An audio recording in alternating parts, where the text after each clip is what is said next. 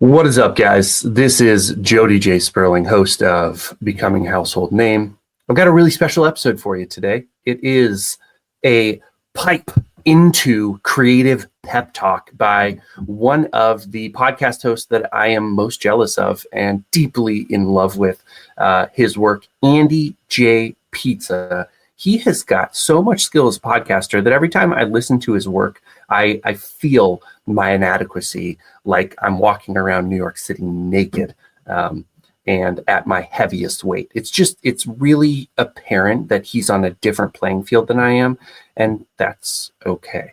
My wife just pointed out to me as she was walking out of the studio that he's been doing it a lot longer than I have. And my internal dialogue when I hear that phrase is that it's no excuse. I should be amazing. But Andy's got a real skill, and I'm super excited to share this episode with you. Why am I doing this? Because he started a series about building the perfect community. He references things like 1,000 True Fans and how you build a raving, mad, loving audience, which is kind of what Becoming a Household Name is all about. And I listened to the episode, and I thought there was so much good stuff. I didn't want to ask him to be a guest again on the podcast, which he has already been a guest on the podcast. What an amazing day! I recorded that episode with him while I was in Cincinnati back in September of 2023. I'm sitting off at the convention center, just in the quietest place I can find because there was like a scheduling conflict, and so I had to record on my phone. It still turned out a great episode, and I would encourage you to go back and check it out. In fact, I'll put a link to it in the show notes. But when I started listening to this episode, I immediately reached out to Andy and I said, hey, I know this is kind of unconventional, but I would love to just literally play your episode for my audience on my podcast. Is that something you'd be open to? And he's such a good guy. He said he'd love to do that. So as soon as I'm done with my quick update here, then you're going to dive into an episode of Creative Pep Talk and be able to listen to his first episode in the series. I encourage you, check out the rest of that series on the Creative Pep Talk thread. You can find his podcast anywhere pods are cast. So I listen to it on Spotify. You can listen to it on Apple. It's even on YouTube, guys. It's everywhere. And he is a phenomenal podcaster with so many good resources for creative people. So it'd be my deepest hope that this would get him a bunch more listens. He probably won't even notice the bump, though, because honestly, he's creating a world so far outside of my own that 1,000 downloads to him is like 10 for me. At any rate, let's dive into a few nitty gritties. I apologize if you're in the background right now. I've got some kitties in the studio because that's the level I'm recording at right now. I have cats in my studio and they make noise. So update on what has been happening the last few weeks as far as Instagram and growing my social media presence is going. I currently have 873 followers. I had a huge bump following the Twin Cities Con. That was probably the biggest bump I had. And then I also had a significant bump following the Elkhorn Craft Fair. Guys, I don't think I've talked about that one yet. I sold 50 books in 6 hours. So it was really a pump-in show for me. It was great. And I got a bunch of new local followers here from the Omaha area. I'd consider that one of the highest value events I did. In fact, I'll go ahead and just interject right here that I have 5 book sales on Amazon this month, which is the most I've had by a fair amount. And I know that's not impressive, but it's moving the needle. And what it actually represents is that I met people at Elkhorn who bought a book, read it, liked it, and bought from Kindle. So that's really exciting. I'm happy about that. People continuing the series. So I didn't have any 9 live sales. I had 8 Ball Magic and 2 24/7 of a Russian named Druskov. That means that people are continuing the series. Super excited about that. And I attribute it all to the Elkhorn Craft Fair. So very excited, very happy about that. As far as my reels go, I am starting a pivot. I'm starting a pivot because I have noticed that what I'm doing while increasing followers is not getting a ton of sales so far. So I'm going to experiment with doing a little bit more face in the camera type of things. And with that, you're going to hear an ad in this episode and every episode going forward for a little while about what I like to call the Luke and Time Mysteries audiobook omnibus. I have realized that I'm not going to be able to personally fund book 4 of the series to be recorded by XE Sands. And so I'm inviting all of you who are listening to help me fund that project by buying the audiobooks now. And what I'm doing with the omnibus is you get to pay what you want. If you don't have any of the audiobooks at this moment, you can go on there and for $1, you can get all 4 of the audiobooks. The first 3 would be delivered to you immediately. The 4th one upon reaching my funding goal for the 4th book. Now, here's where this is not an ad. This is just me telling you what's up. I am going to need roughly $5,000 to get the audiobook fully produced and ready to go. It's longer than the first 3, and we're talking about $500 per finished hour. This audiobook is going to be about 10 finished hours. So that's where I'm getting the figure of $5,000. Yeah, it's pricey. I have personally funded the first 3 audiobooks. They all came in at around $4,000. They were similar lengths, and book 4 in the series is a little bit longer. So it's going to be about $5,000 per finished hour. The way I'm going to do this is I'm not going to produce the audiobook until I have raised the funds for it. And I'm going to do that by selling this omnibus. So people who have never read the series have the opportunity to get all 4 audiobooks and pay what they want. You can do $1, and that means I need 5,000 readers. You can be somebody who really loves this audiobook series and you want to see it come to fruition faster. And so maybe you pay $10, which is the suggested price. I'm suggesting that you're going to get 32 hours of produced audio for $10. I think that's a steal personally. 1 Audible credit would cost you $14.95, so it's cheaper than doing Audible, and you get 4 books. And then if you really feel committed to the Luke and Time Mysteries, well, I guess you're my people. Go ahead and contribute whatever you see necessary. For those people who are raving fans, do $100, and Exie Sands, in her acknowledgments for book 4 of the Luke and Time Mysteries, will read your name in the acknowledgments. She'll actually read your name in the acknowledgments. That's really exciting. It's a way for you to be a super fan who contributes to the series. I'm going to have a link in this show and every show going forward for the Luke and Time audiobook omnibus, and you can contribute whatever you want to get those 4 audiobooks. Feel free to share this with people. Let them know what's going on. Be one of the true fans.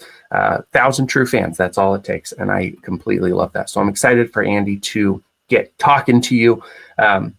Okay, again, 873 followers. All of my reels have kind of flopped of late.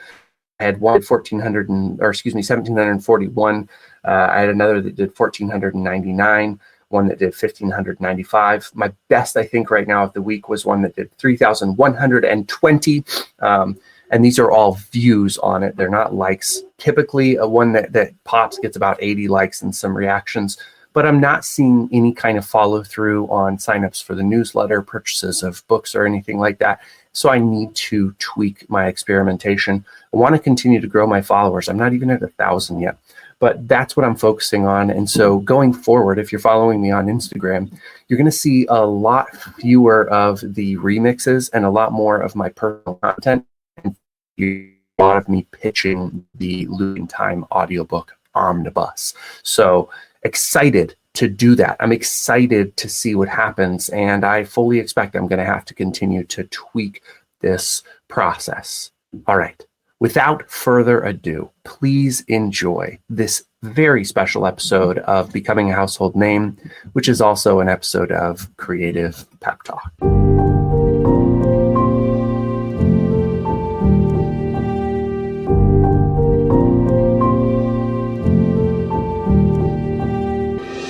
So my 16-year-old daughter is a huge fan of the band Boy Genius.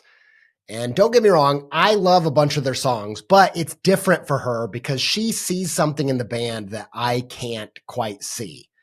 So the few times I've seen videos pop up with them on Instagram or TikTok or YouTube, and they're at the Grammys or they're doing an interview, I try to save those so that I can watch them with her and we can kind of bond over it. If you don't know Boy Genius, they are considered a kind of super group in the indie music scene and probably even beyond that, in the music world in general. They are Grammy award winning, and they're made up of 3 super critically acclaimed singer-songwriters, Phoebe Bridgers, Lucy Dacus, and Julian Baker. Now, in these videos, we've kind of developed a favorite in the interviews and these like little moments where they're talking. and it's Julian Baker, because she is extremely vulnerable and earnest in a way that is equal parts inspiring and just hilarious. And in one video, she laments that maybe she's not actually a musician, but rather a t-shirt commercial. This is because with the state of music and the sales of actual music plummeting over the past 2 decades plus, merch sales are how most musicians keep the lights on. Even mega pop stars often don't start building wealth until they get into fashion, which, let's just face it, that's just really fancy merch. And I don't know if anyone knows the particulars of how Kanye West went from being $53 million in debt to being valued in the billions before his whole recent public debacles and,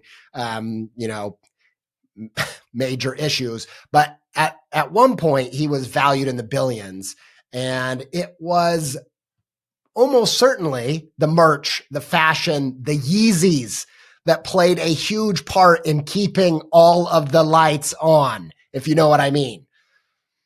If this is the case for most musicians, why would it trigger someone like Julian to have this type of imposter syndrome when it comes to how they make a living, how they keep going as a musician? I have a feeling that it's a deeper issue than just the state of the music industry. When Julian says that she fears she's not a musician, but a t-shirt commercial, what is implied here is that you are defined by how you make money. That how you make money defines what you are as a person. And because you don't make the money on the music directly, then you must not be a musician. And how we define ourselves as artists is something that we all get hung up on from time to time. Like, am I a real artist? Am I a hobbyist? Am I high art or low art? How we define ourselves can be really debilitating and get in our head when it comes to showing up and being creative. Now, this was probably just an offhanded comment. Like, I don't have any proof that this concern keeps her up at night. I don't know. But regardless, I think it's a shame. Not only because I think defining ourselves by how we make money is maybe not so good for the heart, but because I'm just sick and tired of artists being made to feel guilty about how they have to survive and how they have to get by in the world. People will work in day jobs, spending all of their life energy working for a corporation that is killing the planet, and then scrutinize artists for selling a t-shirt or making a brand deal. And it's just really frustrating. And I'm just sick and tired of artists being super generous with their profits and letting everyone and their mothers take a cut of their sales. And recently, I even heard that some music venues are trying to get in on the merch table action. And I just nearly flipped. Like it just made me sick. Like, the merch table is the last ditch effort musicians have at getting a chance to pay their bills doing what they love. And you want a cut of it? They already sell your booze and you take a cut at the door. Like, it just feels like the same tale of artists having empathy for everybody but themselves and letting well, they deserve it. They work really hard. I couldn't do it without them, whatever. Like, okay, yes, I'm game to pay people what they deserve when they're involved in the process. But at the same time, I'm just sick and tired of artists having to apologize for needing to eat. Now, in this video, Julian's bandmate, Phoebe Bridgers, doesn't seem as concerned about being a t-shirt commercial as Julian is. So whereas Julian has this like glorious aura of being too precious and angelic for this cruel world. Like, she's like a sensitive singer-songwriter.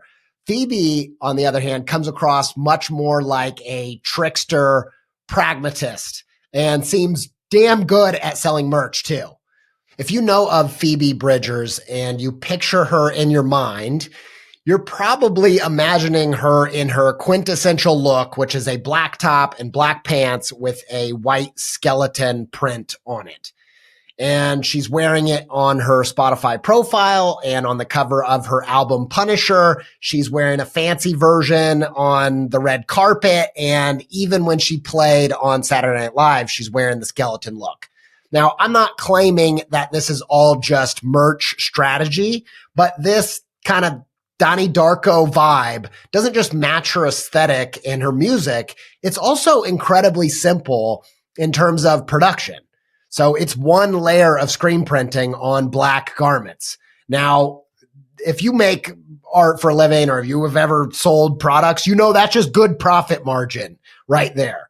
And she currently has a pair of these sweatpants, the skeleton sweatpants in her online shop with bones printed on the front and back. And they read Phoebe Bridgers across the butt. And of course, they're sold out, baby. You know, like people want these. So I don't know how much of this was leaning into the need to be a t-shirt commercial. But either way, I just have to say, bravo.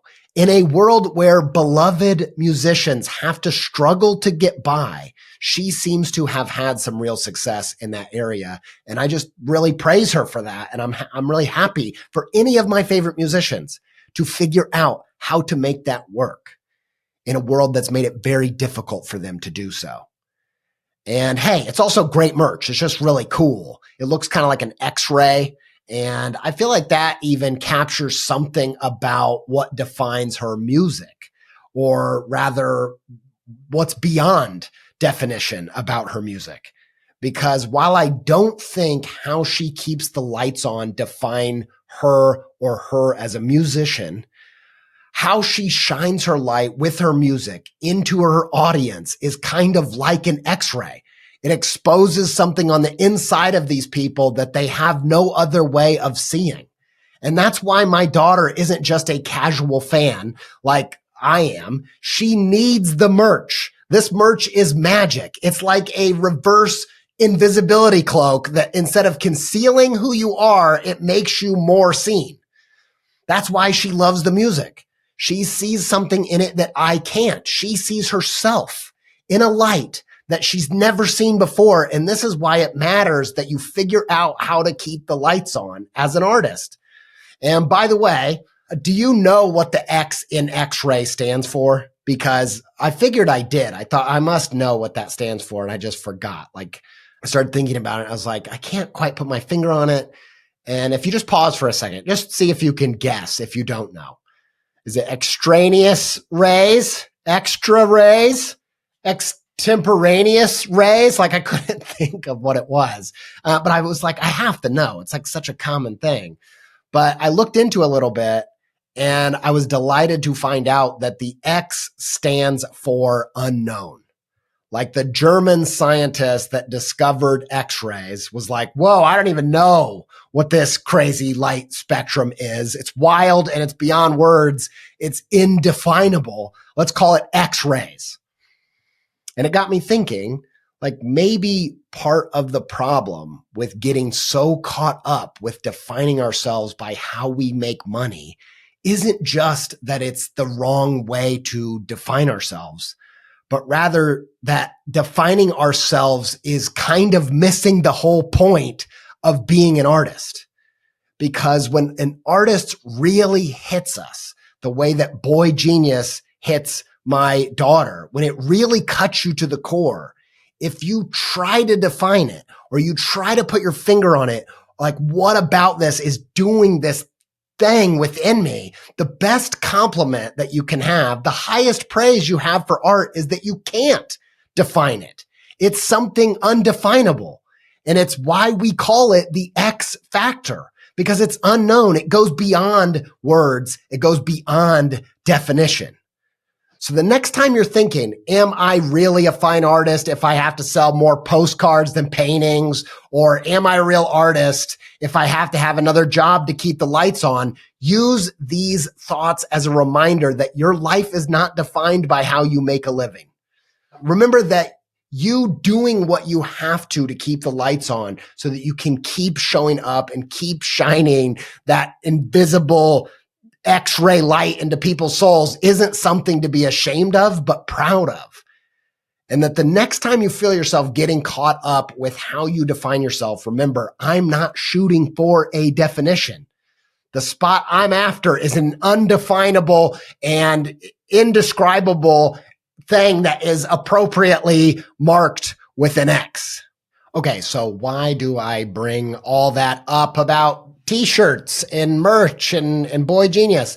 It's because we are talking about sales today. We are doing a series on the podcast called The Journey of the True Fan. This is episode 2 of that series. You can go back and listen to the first episode. It is episode 473, and that's episode 1 of this. And the whole idea is that there are 2 significant parts to being a creative person. There are 2 distinctive parts in the creative journey. So you have the first journey, which is you discovering what you want to make the work about, developing it, figuring out what it is, and then polishing it into an end result. And then the next journey is really not your journey.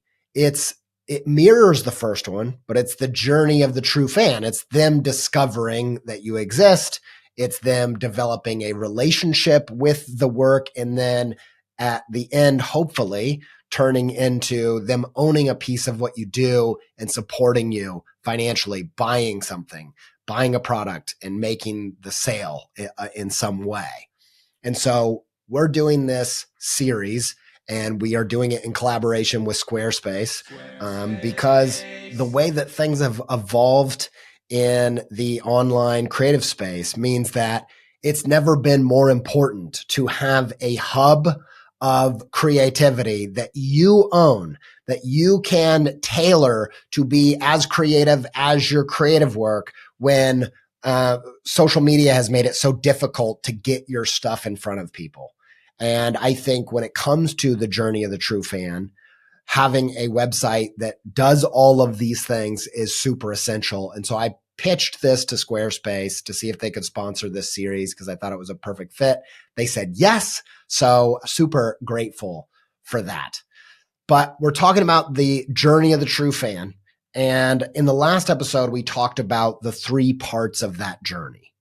And there is the discovery, where they hear about you for the first time. You're on their radar. And then there is the development of trust, like learning to trust and have a deeper relationship to your work. They don't just know about you, but now they actually like your stuff. They're diving into your work.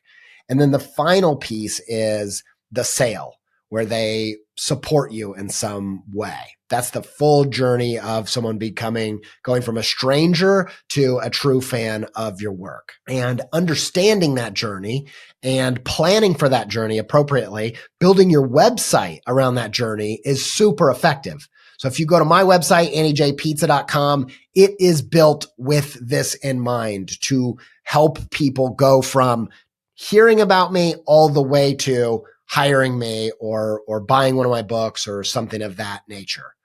And so we're talking about that 3-part journey. And this episode is actually going to start with the end. We're going to start with the sale, and then we're going to reverse engineer a whole journey to get people there. So one thing that I've realized about this show is that a large portion of it actually falls under what I consider to be strategic creativity. When people think about creativity, I think they think about it like through the definition of creativity is starting without an end in mind, meaning kind of what John Mayer calls Ouija board creativity, where you're just messing around, playing the guitar, saying whatever comes off the top of your head. You start without knowing where it's going to go. You're not directing it. You're channeling it. You're trying to make it up on the spot and just be open to see where it goes. That is super cool. But did you know that the Luke in Time Mysteries now comes in a 4 audiobook omnibus? If you love gritty mysteries with a splash of dark humor and a twist of magical mayhem, you can dive into the Luke and Time Mysteries right now with all 4 audiobooks at a pay-what-you-want price. That's right, I'm offering the omnibus, and you get to pay whatever you want, whatever you think it's worth. An Audible credit is $14.95 a month. You can get 4 books and pay as little as $1 or as much as $5 million. Whatever you want, whatever you deem worth it. The cool thing is you get the 9 Lives of Marva de Longhai, the 8-Ball Magic of Susie Q, and the 24/7 of a Russian named Roskov immediately, as soon as you contribute to this. And why am I doing it this way? Because I need to fund the 6 Sorrows of Shohei Matsui through this omnibus campaign. When you contribute, you're helping to fund the 4th audiobook production, and you'll get all 3 audiobooks in the series right away. The 4th one will come just as soon as this campaign is funded. I'm not doing it on Kickstarter. We're doing it a little bit different, but you get 32 hours of incredible narration by X.E. Sands. And if you contribute $100 or more, she will read your name in the acknowledgments for the 6 Sorrows of Shohei Matsui. So if that's something that you're excited about being a exclusive member of this journey, click the link in the show notes or visit jodyjsperling.com and grab a copy of the omnibus today. And I think when people think about creativity, they tend to think about it through that lens. However, if we apply that to all the different worlds of creativity, we see that that's really just one part of the equation. And so if you think about it in the world of comedy, that type of creativity, that type of comedy would be improv. That would be making it up as you go, not knowing, starting without an end in mind, not trying to determine where it was going to go. However, I don't think anybody would disagree that stand-up comedy is the exact opposite of that. And really great that it's not just the opposite of that, but that is deeply creative in a totally different way. So instead of Ouija board, it's more like a puzzle. And a puzzle is starting with the end in mind, knowing what the thing is supposed to look like, seeing it on the box, and then making it up as you get there. And that's a strategic type of creativity. And we've seen this go awry in TV shows they start with an amazing pilot, an amazing premise, but they're pantsing their way. They're flying by the seat of their pants. They don't know where it's going, and they end up writing themselves into a corner, and it ends really poorly. And we wouldn't call that extreme creativity. We would say that's lacking in a type of creativity that's necessary. And so for me personally, I'm always trying to strike a balance between the plotting and the pantsing, the improv and the planning.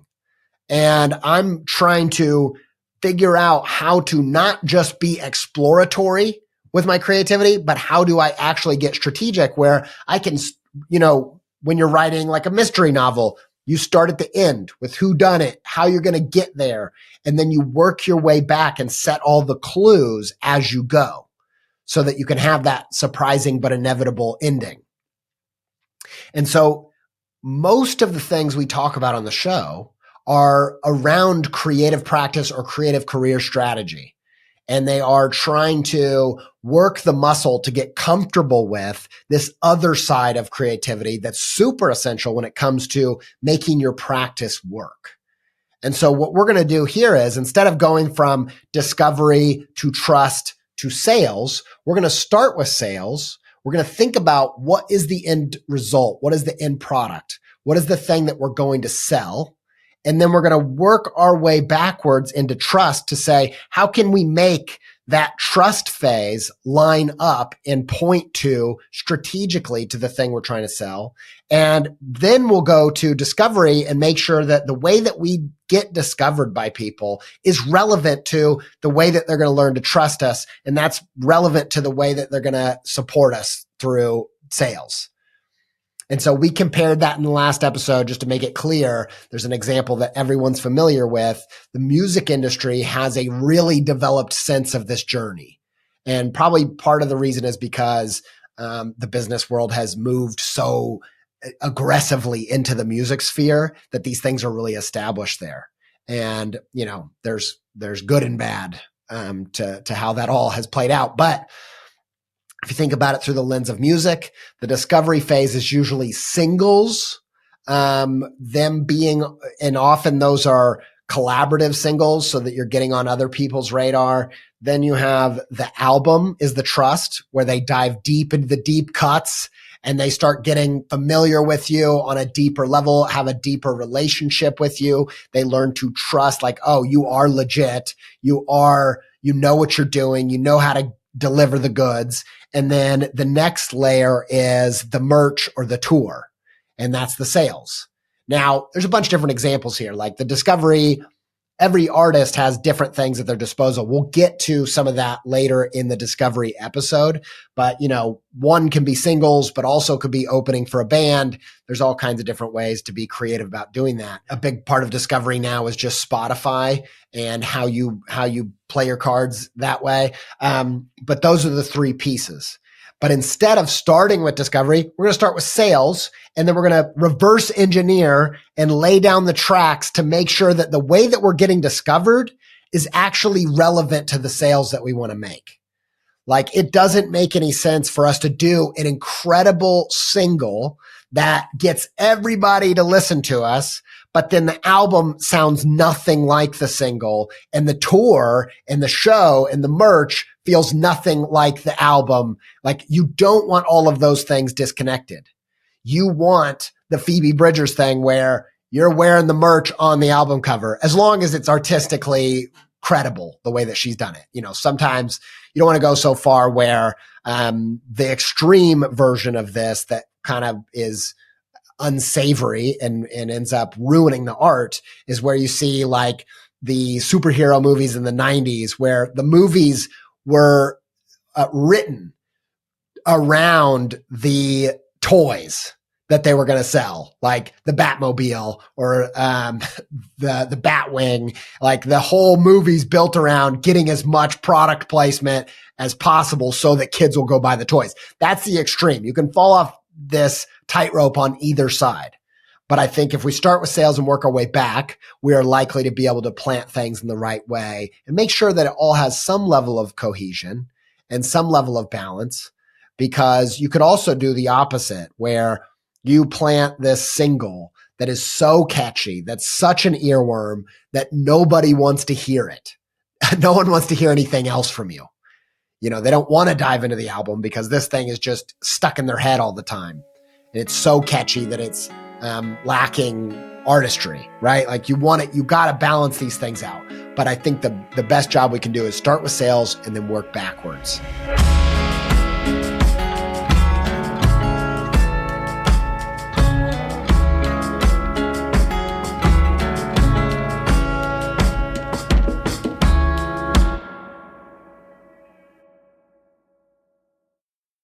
Okay, so sales, let's talk about how to think about that, what kind of thing you want to sell. And the reason we set it up through the Boy Genius thing was because what you sell, I personally believe, shouldn't be determined by who you are, defining who you are by what you sell, but rather where you are in your creative journey. And I'll explain what I mean by that. But locating where you are, what you need to keep the lights on, what you need to keep going, helping determine that can help inform what you need to be selling and how you need to be positioning that. And so we talked a bunch on this show about the 1,000 True Fans. You probably get sick of hearing about it. It's this concept from Kevin Kelly. And it's this idea that it's just an abstract way to think about how in this day and age, you don't need to sell millions and millions of albums to keep the lights on. And the argument is you only need 1,000 true fans. You need 1,000 people that are willing to pay you $100 a year to support you between the album sales, the t-shirts, the tour tickets, whatever. And if you get 1,000 people to do that, that's $100,000. Now, of course, there's taxes, there's other people taking cuts. There's some people can do that because they're a solo person and other people have a band. And then, you have to do the math. You have to make the math, right? For your situation. It's just a concept to help you wrap your head around what this can look like beyond just going viral or being famous or whatever it is that is really unattainable or not fully in your control, right? Now, sometimes you could think like, okay, really, could I get by with just 1,000 true fans? Now, that doesn't mean 1,000 followers. Like only a small subset of your following is willing to be a true fan, is willing to support you at that level of sales. But it's still a much smaller number than what you might imagine, especially if you are able to be strategic and purposeful with how you fund your practice at this stage. And so sometimes when we talk about the idea of the 1,000 true fans, it can seem like, is that even really possible? Like for just 1,000 people to kind of fund and float your whole thing? But the truth is most people in America get by with just one super true fan, because most people, their whole livelihood is make or break on one person that was enough of a fan to hire them for their full-time job. And this idea, this notion that one person or 10 people or 100 people or 1,000 people could be completely make or break for your career is very based in reality. And figuring out where you are on that journey can help determine what you need to sell to get by. And so if you're in a place where you have no true fans, no prospects, that might mean that you're currently in a place where you need one super mega true fan, AKA an employer, to make sure that you can keep the lights on. And there's no shame in that. Like everybody, most people have to start there. I did. Most people do. Some people have to go off and on. There's no shame in how you have to keep the lights on, how you have to keep yourself funded so that you can do those creative things. We all need to eat. We all need to take care of our families and take care of business. What I want you to do with this stage is to think about how many true fans are you at right now, and how many true fans are you able to get in the near future, in the next year, with this next creative project. And so you might be one true fan. You might be at a place where you're at 10 true fans. And 10 true fans mean you've got 10 clients. That's another name for this level of fan. 10 true clients, which are willing to pay you $10,000 each for these different projects. You might be at a place where you have 100 true fans that are willing to pay you $1,000 each in commissions. Or you might be at a place where you're at 1,000 true fans that will pay $100. Now, just to get really specific about what this could look like, if you are a chef, that might look like being a chef in a restaurant. Your one true fan is your employer. The next level might be catering. The next level might be food truck. The next level after that might be having a full-blown restaurant. And then even after a restaurant, it might be like licensing products or selling your secret sauce out of the restaurant or whatever. You can keep scaling from there. But you have to be aware of, where am I at within that journey? It's easy to want to skip to the place where you're scaling and you're selling hundreds of thousands of products. But most people's journeys don't go that way. And so if you're a musician, this one's trickier because finding a full-time job as a musician might not be in the cards. It might be impossible for you to have one true fan, but some people do it. Some people are employed in making music for TV, work, writing songs in that way. But the next level might be something like being an opener for a band.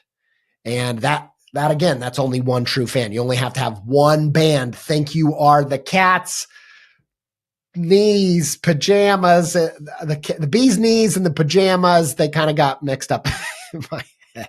Bee's knees, Cat's pajamas. You only need one band that thinks you are the literal greatest and they want to get the word out. That's your one employer. The next level might be licensing and syncing your music.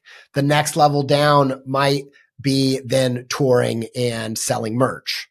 Now, if you are a comedian, it could look like at first your one true fan is you write for a show, you're in the writer's room. And then the next level down might be freelance writer and you're writing for a few different shows and working on a few different scripts for different people. And then the next one down might be you're doing corporate gigs where they're paying you a larger sum of money than you can command in the club. And the next one down might be a touring comedian where you're actually scaling it out and you're doing the merch. If you're an illustrator or a designer, it could look like in-house or agency. Then you're moving down to retainers and repeat clients. And then you're moving down to just clients. And then you're moving down to talks, workshops, books, and so on and so forth. But you can see how in every different area, there are ways to map where are you right now in the journey? Are you in a place where you're lucky if you get one true fan? Are you in a place where you could work towards getting 10? Are you in a place where you could figure out a way to get 100 or even up to 1,000 and beyond? And the cool thing is about doing it this way, this kind of grassroots way, building it organically, bootstrapping this thing. The cool thing about that is a fully formed business isn't ever 1,000 true fans for $100,000. It's if you work your way through, you're going to Frankenstein and piecemeal this thing together so that when you're at the height of what you're doing, you're not just selling products. You're not just having clients. You're not just having retainers. You're doing a mix of these and you have options to build it the way that you want to build it. If you don't ever want to do corporate gigs, you don't have to. Or if you really like doing that, you can do less tour. Like that's the ideal. And you can build something from, that goes beyond that bottom layer of what you need to survive. But knowing which of these you're in right now can help you figure out what kind of website you need to build the trust, what kind of project you need to focus on next, and what kind of places you need to go to be discovered by the right people. That's why having this strategic mindset, that's why starting with, this is what I need to focus on selling today to keep the lights on, is so powerful, because then you can go build all those other pieces purposefully to point the right direction. Because if you're looking for clients, it doesn't make sense for you to spend all of your time in the discovery phase trying to get people on TikTok to follow you, because the clients aren't there. Most of the people that are going to hire you are in their 40s and 50s, and they're not there. And so you can see how knowing what you're trying to sell and being purposeful with that in the way that you design your website or your presence online is really, really powerful.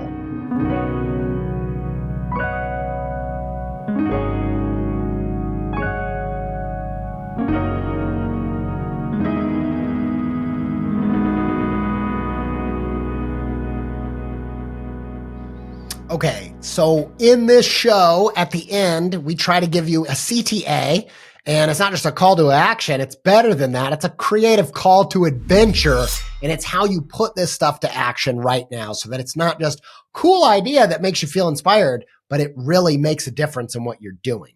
And so the CTA this week is called Push Button, and I'm going to explain what that is. So when I was in high school, I worked at a movie theater. And it took me a long time, but eventually I worked my way up to shift manager somehow, mostly because I think the bosses liked me and pitied me and knew that I needed a change or I was going to have to walk out of there. And so eventually they let me build movies. And back then we had film and you had to like splice it all together and you had to run it through this kind of ancient projector, and it took a lot of training to figure this out. And then you could preview these movies. You got to watch them super late at night and see them before they even came out. Like I saw The Matrix Reloaded way before anybody else. So I'm still bragging about that. I saw Harold and Kumar really late, and then we went to White Castle. A lot of really, really great stories from that time. But one time I'm getting trained on how to do this. And I must have been like, I really was like trying to skip to the end. And I must have said it 100 times, like, oh, and then you push the button. And the guy that was training me was like, Andy, no, like I know that button on the projector's glowing and it looks really fun to press, but you need to just listen to each part. Quit saying push button. This is that where I push the button? And he started teasing me about that forever. And would just tease me. But I want you to think about your website like that. I want you to think about your website as if it was one big button that was irresistible, that was calling in the right person, the person that you're trying to sell to. If it could only achieve one thing when that button got pressed, what would that function be? If it only could sell books, if it could only sell albums, if it could only sell tour tickets or merch, if it could only, give you a client job, if it could only get you one true fan as getting hired by an employer, if your website can achieve multiple things, that's totally fine. But hopefully it all comes together and it has a hierarchy where you have a purpose, where you're like, if this website can only do one thing, what could it be? How can you make it that irresistible projector button where they're just like, push button? Now it's time to push the button. Like, make your website that purposeful. And so if you're in a place where you're in the 1 to 10 range, trying to get jobs or trying to get a client, it might be a portfolio that is a button that when it's pressed gives you a job. If you're in the 10 to 100 range, it might be a button that books you as an opener for a band or gives you a commission as an artist. If you're in the 100 to 1,000 range, it might be to sell a particular product. Now, like I said, your website can do a few different things. Mine does. But I did have a very specific purpose with how I built it. When people discovered me and they went to my website and they're developing trust, which I think the website's main purpose is the trust, and then ultimately that button pushing for the sale. It does a really good job of doing the trust thing, telling people who you are, giving them signs that you're legitimate in what you do, and then leading to this button. But the first thing you have to decide is, what is the button? What is the purpose? If you can determine just one major thing, the top priority that you can do with this website, you can then build everything around building trust to pushing that button. Now, in the next episode of this series, we'll talk about the trust element. But for now, all I want you to do is think about, where are you at in terms of that journey of growing true fans? Are you in the 1, 10, 100, 1,000 range? Wherever you are will help determine the kind of button that this website needs to be. And then I want you to decide, what does that button need to do when it's pressed? It might be an email button that's emailing you a job. It's kind of a metaphorical button, but it can literally be a button in the top right-hand corner that says, email me for a commission, or click this to go into the shop, or click this to buy tickets for the event, whatever it is. But if it was just one button, what would it be? That's all you got to do this week.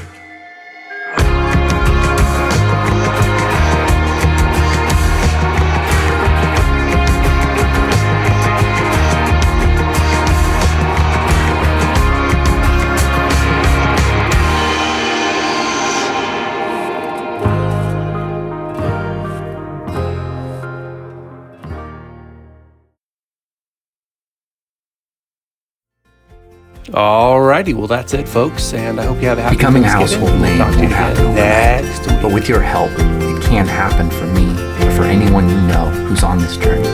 If you liked what you heard today, would you consider sharing this podcast with someone you know would love it too? Word of mouth is the single biggest difference maker for a dreamer's outcome. Thanks again for listening, and we'll talk to you next time.